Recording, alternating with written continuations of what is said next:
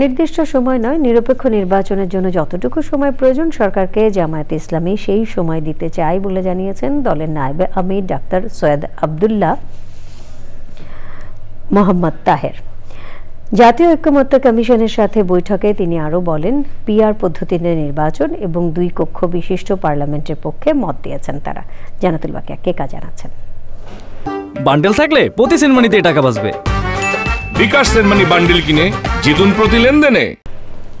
দেশের সংস্কারের নানা ইস্যুতে আলোচনার জন্য জামায়াতে ইসলামী সকালে জাতীয় ঐক্যমত্য কমিশনের সাথে আলোচনায় বসে।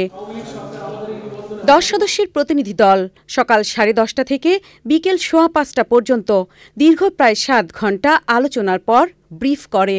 দলের নায়েবে আমির জানান, সংবিধান, নির্বাচন এবং জনপ্রশাসন বিষয়ে তারা আলোচনা করেছেন। ঐক্যমত্য কমিশনের সংস্কার প্রস্তাবের কয়েকটি বিষয়ের সাথে একমত হয়েছে দলটি।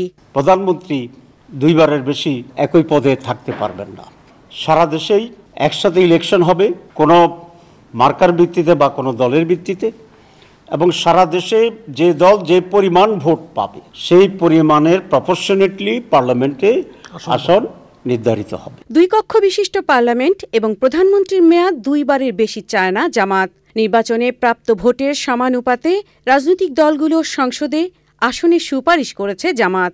আমরা কোনো রাষ্ট্রের রক্তচক্ষুকে ভয় করি না এবং ক্রেডিবল এবং সাস্টেনেবল ডেমোক্রেসির ব্যাপারে জামাত অঙ্গীকারবদ্ধ। সকালে আলোচনায় বসার আগেই গণমাধ্যমের সাথে মতবিনিময় করে দলটি সংস্কারের জন্য সময় প্রয়োজন বলে মন্তব্য করে। জাতীয় ঐক্যমত্য কমিশনের সহসভাপতি ড. আলী রিয়াজ বলেন, কমিশন জাতির আকাঙ্ক্ষা পূরণে কাজ করছে। যেন এই সুযোগ কোনো অবস্থাতে হাতছাড়া হয়ে না যায়, যেন এই সুযোগকে কেন্দ্র করে আমরা এমন এক বাংলাদেশ তৈরি করতে পারি যেখানে কোনো অবস্থাতেই কাউকে নিপীড়নের মুখে পড়তে না হয়। সব দলের ঐক্যমতে একটি জাতীয় সনদ তৈরির কথাও বলেন ঐক্যমত্য কমিশনের সহসভাপতি। জান্নাতুল বাকিয়া কেকা, চ্যানেল আই, ঢাকা।